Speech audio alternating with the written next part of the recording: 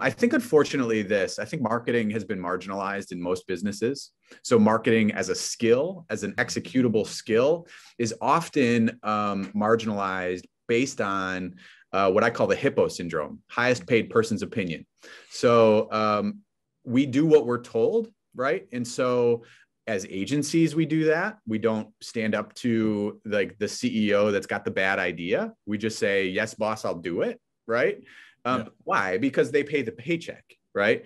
CMOs have the shortest tenure of C-suite executives in the industry. Why is that? Because often they're marginalized or not really empowered.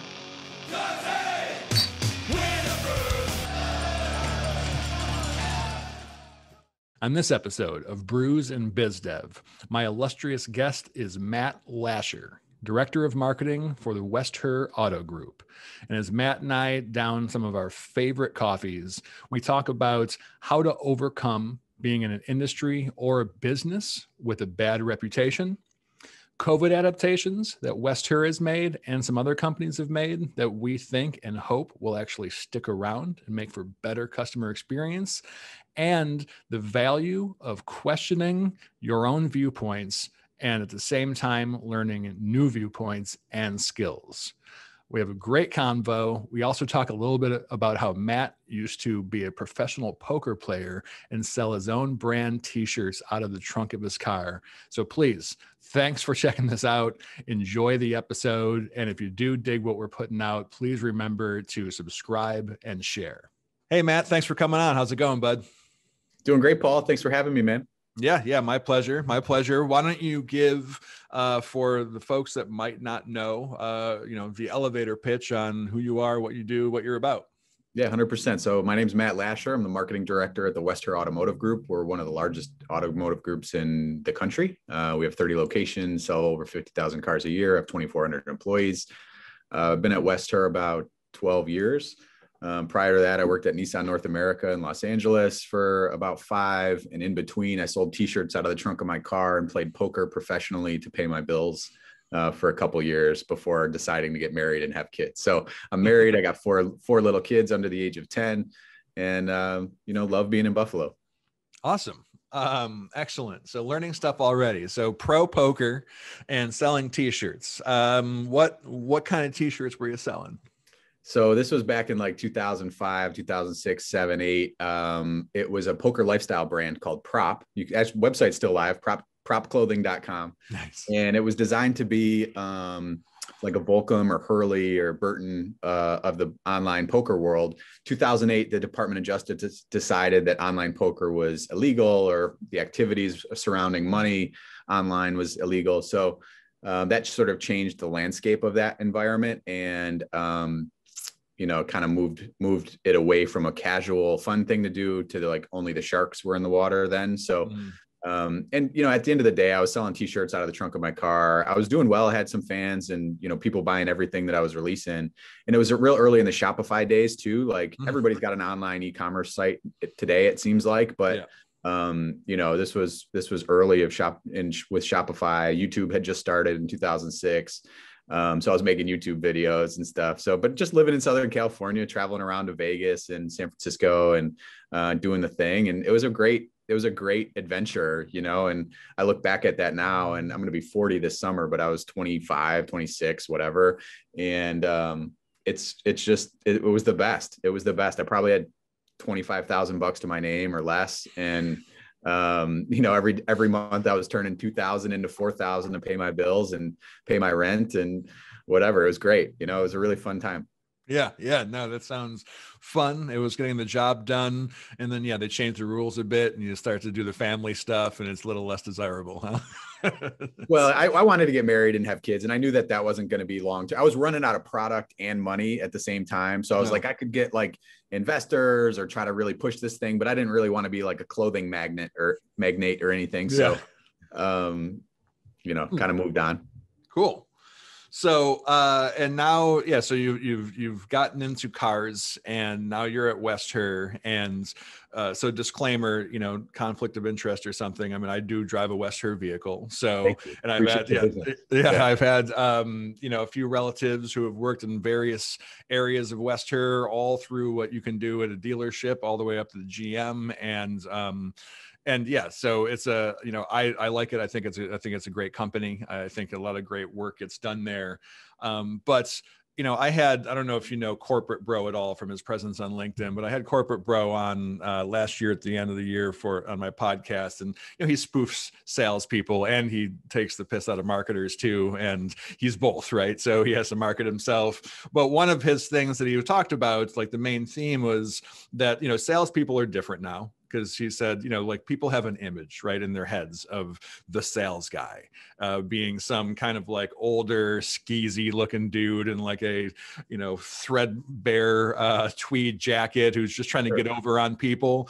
And and his point was, and they're different now, right? And I think he made a joke about their 20-some-year-olds going to Coachella, vaping something or other, and not chain smoking, but chain vaping. And I was thinking when I was getting ready for this podcast episode that when you picture that old sales guy, and you picture what kind of sales he's in, you picture used car salespeople, right? It's like the cliche kind of go-to is like the used car salesman is the skeezy. Now, again, I've worked in the field. I have relatives in the field. So I don't really think that way. I'm not that quite boxed in, but certainly that's part of the perception, right? Of something like that guy. And at the very least, even if it's a modern version, like a high pressure, getting followed around kind of a scenario. And, I know that WestHerr in general has done a lot to kind of get themselves out of that business model in the first place and then create a different kind of experience. I'm curious as to like from the marketing side,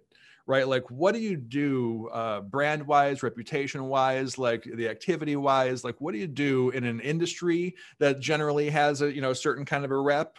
And even as a business, like you've got whatever feedback back in the day that you're trying to overcome from people. Like, what do you do marketing and brand wise to overcome that and then move forward and create kind of a new image around yourself? Well, there wasn't anything consciously done from a marketing or branding perspective outside of being authentic. So I think the mistake many people look to marketing or advertising or branding to be this like panacea. If you have a cancer from within, your product, your offering, your service will never be communicable in a way that makes sense to customers. I could say the nicest thing, the billboard, the TV spot, the whatever, the digital ads, I could make the best creative, but ultimately, if you call WestHerr and we're a bunch of jerks to you when you call or visit, that's your impression, right? So I think ultimately, like you got to give credit to Scott Beeler, who's the president and CEO of WestHerr, for doing things the right way. He has a saying around here, the right thing is always the right thing. Right? It's not complicated. Yeah. So when we screw up, we have to do our best to say we're sorry and try to make people better than even. And that behavior, that consistent behavior over time, trying to operate in an honest, transparent, urgent, servant-oriented way, that process over time is why, WestHerr can have a positive brand image in our market, right? Yeah. But I mean, I sold cars, so like I can resonate, or I can relate to what you're saying on the image of a used car salesman, and that was something that you had to fight against every conversation, right? Because if I meet you for the first time, you don't know me, and you don't know what I'm about, you don't know what I've seen or done in my life, you don't know anything, right? So there's no trust there, and you have to earn that each conversation. And ultimately, like some of the stigma in the industry was earned, and it was earned by laziness. It was earned by poor customer service. It was earned by dishonesty. So I think a lot of the things, the stigmas of attorneys, car salespeople, and other like careers are earned, right? Like they weren't falsely created. They were earned by repetition. So the only way to fight against that is consistent behavior over time. It's kind of like going to the gym. You can go to the gym for 30 days, but that's not really going to help you, right? Like, but if you go to the gym every day for 30 years, you're going to be in pretty good shape. Like, And so I think ultimately that's where WestHerr is. My job as the marketer or the curator of the WestHerr brand is pretty easy in that regard, because I believe in the people that work here. I believe in the way they go about doing their business. And so, I don't feel like we're like telling lies or like making things up. Right. Yeah. You're not like, here's this crappy experience that happened, hide it, and let's put out a fuzzy picture, right? Like let's get Josh on a commercial and make this all go. Yeah, let's get Josh Allen on a commercial and be all set. You know what I mean? Like it's like a real simple example. If your business is like, we save you time, right? Whatever your business or industry is, we save you time. And then when you come in to do the business deal, the transaction, whatever, the service, whatever, and you got all your employees walking slow and like fumbling around and like really high friction environments, or you got to pay in 3 different spots or whatever. Well, you're not being true to what you said. You said you would save me time. I've been here for 4 hours. Like, what's the deal? Right. So I think like always kind of looking at it through the lens of like, what are you trying to say? And can we actually fulfill that? It makes me a contrarian internally. I'll be honest. Like, I think ultimately I'm always challenging our greatness, if you will. Because look, if you listen to our recorded phone calls, we don't always thrive, right? We make mistakes. We're human beings. 5 to 10% of all the interactions we have in our company are probably negative. Right. And so ultimately what we've done is we've tried to listen to the negative and try to pay attention to it, to respond later, minimize negative word of mouth, make our operation better. And so I think we live in this state of constant improvement or whatever, like continuous improvement, right? Kaizen, whatever kind of deal, where you're always trying to get better, never satisfied. The last year and a half or whatever has been a remarkable challenge and opportunity in auto, but the automotive industry as a whole has done really well during the pandemic, right? People have not traveled like they used to. They don't spend money in restaurants like they used to.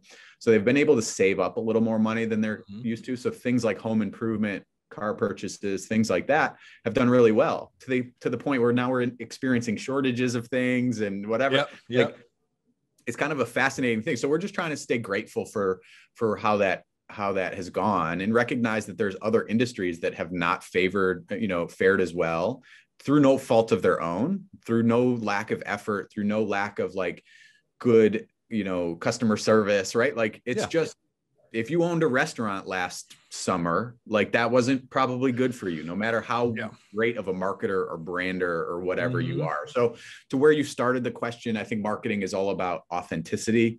The only effective marketing that works, in my opinion, is being authentic to who you are. And so a marketer has to be a really good listener to the internal organization, as well as challenging perhaps, or trying to inspire the team to be better, right? Because we can always be better. So that's kind of how I look at my role here. Cool. Yeah, no, very good. And I want to jump in on something on that topic of kind of adaptations from the last year and a half or so. But first, this is a Brews and BizDev show. So I'm going to focus on brew for a minute. You've got your coffee there. So tell me what you're drinking and why. So I'm drinking a Wegmans coconut blend coffee. I don't know. It's like Hawaiian Coconut is the flavor coffee. Wow. I've been drinking it a long time. I must be getting old because I prefer home brewed coffee as opposed to like Starbucks or Tim Hortons or whatever now. Like maybe I make it a little stronger at home. I don't know, but before the car business, before I started at WestHerr, I didn't really drink coffee. I drink it like, it might as well be an IV now. I drink it nonstop. I will drink it at 10 o'clock at night. We were joking before we got started about drinking beer and whatnot. And I hardly ever drink because I got 4 little kids, and they will punish me if I have a few too many. They'll inevitably be up at 2 or 3 in the morning, just for fun. Right? Fun. So I generally don't drink. Excellent. Yeah. And and so shout out to Wegmans for that. Shout out to Public Espresso. So I'm drinking a cold brew from Public Espresso, which we're located downtown in the Brisbane building. So we have Public right across the street, which is good and bad. Because to your points, and I work in a marketing agency, so it's a constant narrative, right, in agencies about how much coffee is going to get sucked down in a day. And there's a lot of it around here, probably past the point of being healthy. Like, I don't think it's a good thing. You know, I don't know, you drinking coffee at 10:30. I don't know that that's a good thing. But it's public, and, you know, it's a little more expensive than whatever we're cranking out of the office here. But such good stuff, and addictive. So I'll get this, and then I have a little jug of it that I also bring back to the office fridge. And so I can drink, you know, 4 or 5 of these over the course of a day, which again is very helpful energy wise. And at a certain point, like, takes a toll, I believe. But you know, you're in that 40 range. I just turned 42, so hopefully I have a few more years before that toll really kicks in. I can change habits before then. But go public, and now transfer back. So you mentioned the last year and a half, right, being very difficult. Obviously, like, understatement of the year, and everyone's been hitting this topic since that started, you know, since last March. And there have been some adaptations, right, that are worthy of sticking around. You know, some changes that we've made in our businesses that, you know, maybe they could have been made a little sooner in some cases, and this kind of forced them into it. So I've got a two-sided thing. The first side of the question is, what is something that at WestHerr you guys have done, and whether it's in marketing or service or delivery, like whatever it is, an adaptation that you've made that actually was impactful enough where even now that we're loosening back up and going into the real world, you're definitely going to stay with and keep going forward? What's at least one of those? Yeah, I mean, we've done a lot of gyrations and, you know, interesting things, but a real clear example is we added 3D car spins on WestHerr.com. So that was an effort to improve the home shopping experience, right? So so we partnered up with somebody to add that technology to WestHerr.com. So that's part process, but it's certainly a technology related thing. And the other one I would say that I think we can continue to do a lot more of is just remote transactions. So while we were open to doing things remote or virtually prior to the pandemic, I think it's encouraged us to do even more of it. So whether it's a virtual trade appraisal, doing a credit app online, doing the whole transaction virtually, I think is a great opportunity for car dealers, right? If the customer wants that. Not all customers want it, but some do. And I always joke about my wife. My wife has this magic car buying experience where cars just appear in the garage. Like, she never goes to the dealership. She doesn't deal with the paper. She doesn't do anything other than, I want that car, and it shows up. Right. Yeah. And I think, so I always use that as like hyper VIP example. Like, if we're willing to do that for our most VIP customers, there is a segment of people that would really, really value that. Yeah. Right. And so how do we do that more? So things like shuffling our used cars around. We have 4,000 used cars. We've invested in some technology that optimizes our dealer trade driver network, right? Drivers to move cars around to the 30 locations that we have. Because you might live in Rochester, but you see a car in East Aurora that you want to buy. Well, you don't really want to drive to East Aurora. Well, no problem. We'll bring it to Rochester for you to look at. Yeah. Right. So that's adding layers of convenience and elements. I'm obsessed with credit cards on file. This is something that I've not been able to institute into our company for a variety of reasons, our payment processing gateway company and blah, blah, blah, whatever. Yeah. But like the flower shop that I've been buying flowers at for the last decade has my credit card on file. And every time I call them and say, hey, I need flowers, they're like, yeah, cool. You want to use the same card? I'm like, yeah, cool. And so I've already paid for the flowers. It's easy, right? Why can't I do that at WestHerr, right? Why do I have to authorize $1,000 service bill and then come to the service department, get my credit card out and pay again? Yeah. So that's a thing that I'm working on. But I think ultimately, you know, pandemics, you're right, I think have encouraged things that could have happened sooner that will now be here to stay. I think in the restaurant example, a lot of businesses learned how to do takeout or you know, to-go orders, right? And I think that's a good thing, right? But if you look at like Panera, well, they were on that mode a long time ago. They had a problem related to how long it took to get through the cashier station at Panera. Like, there'd be a big, long 15-minute line, right?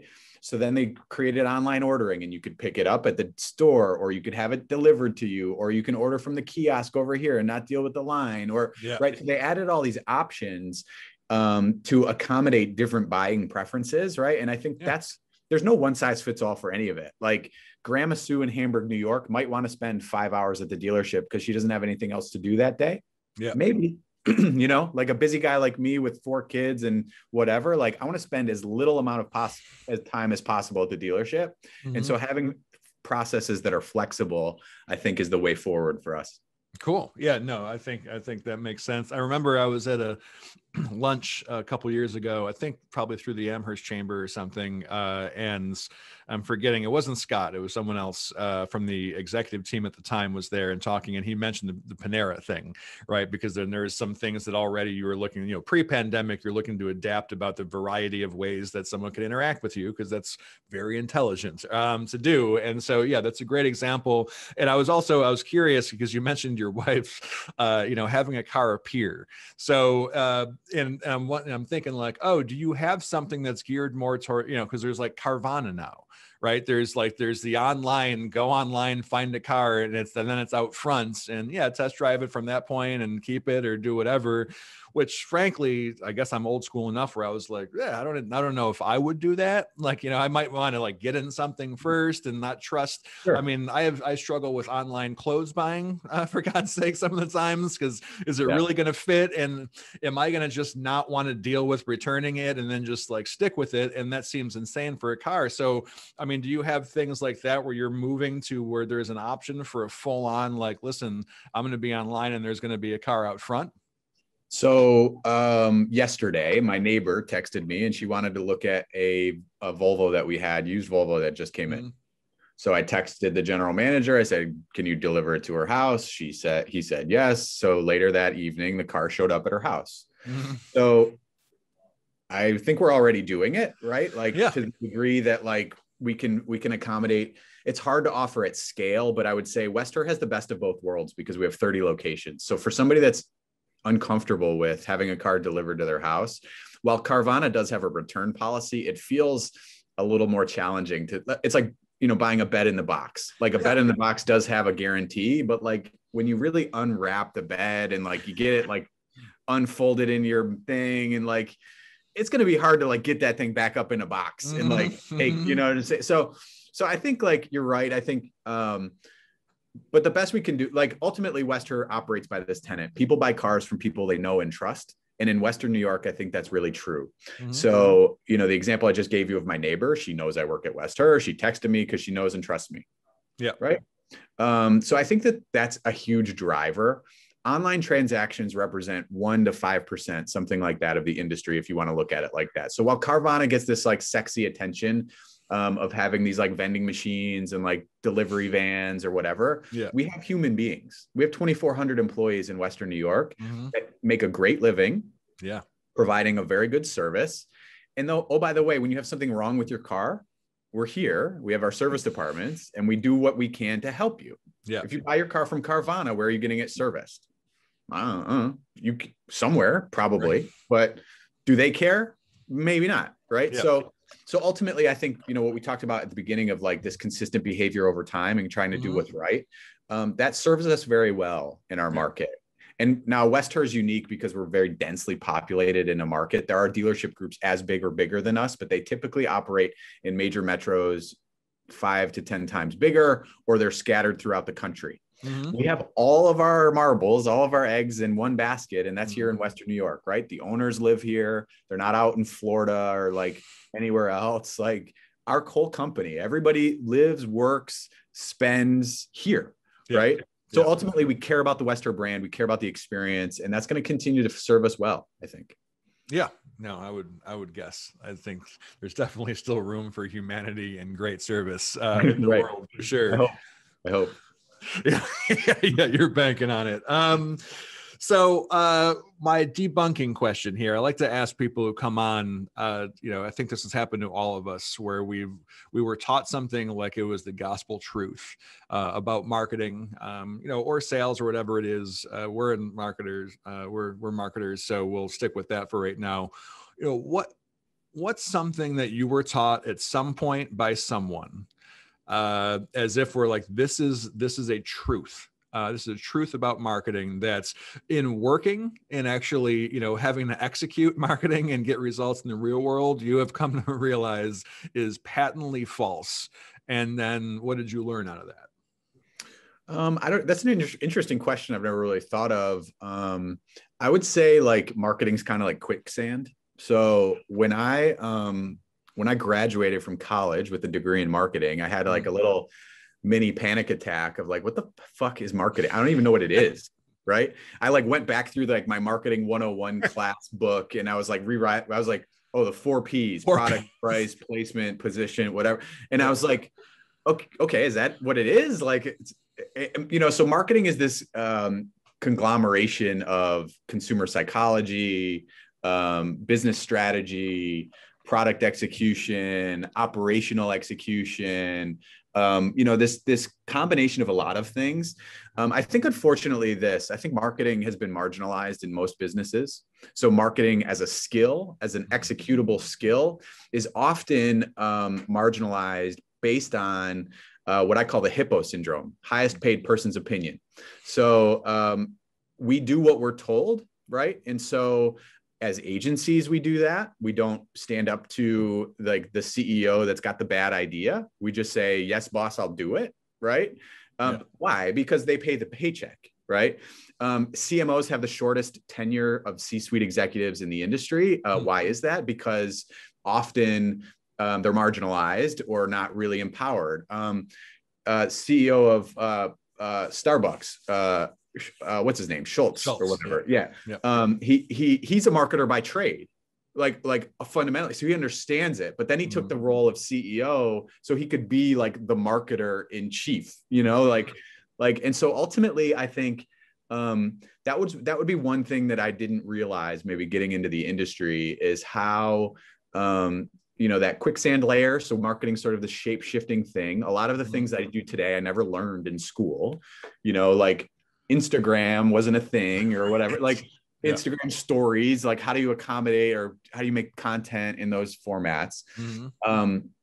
So I would think that's one thing. And then this like marginalization issue of marketing, I think is a really relevant topic because you have this convergence of data, science, art. I always say marketing's part art, part science.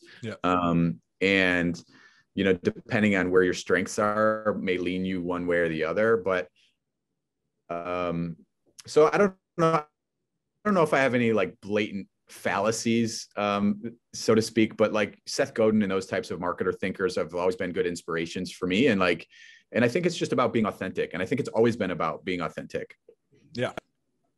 I think that's a good place to start. And again, going back to the, reputations of industries, right? Not necessarily the reputation, like sales, marketing, and I do sales inside of marketing. So I understand the entirety of it. Like it's, and like you said, it's been earned, right? It's not just some totally fabricated stereotype. There's been people who have been conning people and misrepresenting stuff and hyping stuff that's not real for ever. But those can have short-term gains, right? The reality is advertising, authentic or not, can have short-term positive results. But the truth comes out in the end, ultimately. You just got to define the time scale. Yes. I mean? I totally agree. So last thing here before I get you out of here is really, there's no question here. It's really kind of up to you. So knowing that, the audience for this pod is like a whole blend of marketers, salespeople, customer success folks, a lot local, some definitely not. What's one message, what's one takeaway, something maybe you've been working on lately or something that's just kind of top of mind that you want to like leave as here's a big takeaway that's probably going to be helpful for you? Well, I think the biggest thing we as people can always be doing is striving to stay uncomfortable. And I think always seeking new skills, especially in marketing as an industry, as a discipline. It's ever changing. So you can decide. I think the great thing about that is you can decide which areas you decide to get most interested in, right? And you can really delve deep and explore, but staying uncomfortable and not being afraid to mix things up, I think is really important. The easiest path is not always the right path, right? And so I think being uncomfortable, being willing to challenge your own assumptions and biases of how you see the world, just the way you see the world isn't necessarily the right way, like the right way, the only way, whatever. And I think being open-minded to different viewpoints, different prisms to look at things through, I think is really important. Right. And if anything, throughout the last year or so, where, heightened racial inequality or racial injustice issues, understanding systemic oppression, understanding some of these things, understanding haves versus have-nots, and how communicating to those pockets could be wildly different, I think is a really important thing for marketers in general, storytellers in general, to being able to be sensitive and empathetic to all sides. I think is a really interesting gift of marketing, right? We can be stubborn, bullheaded, this is the right way, but ultimately, I don't think those messages resonate with as wide of an audience as you'd like. And so being uncomfortable, challenging yourself and your own self-biases, I think, if I could give anybody like advice or whatever. And then also maybe lastly, just being open to connecting to other people, right? Like even you and I, Paul, like connecting today, like it's an opportunity for me to learn something, for you to learn something. And what a great opportunity that is for both of us. And so I think being really open to connecting to other industry experts or people you admire or think people you want to become like, I think is a really important thing. So that's what I would say. There's the takeaway. Excellent. That's beautiful. So on that note, I'll get you out of here to go handle the rest of your day and whatever other oceans of coffee you have to consume over the rest of the day. But thanks a lot, Matt, and appreciate the time. Go WestHerr, go Bills.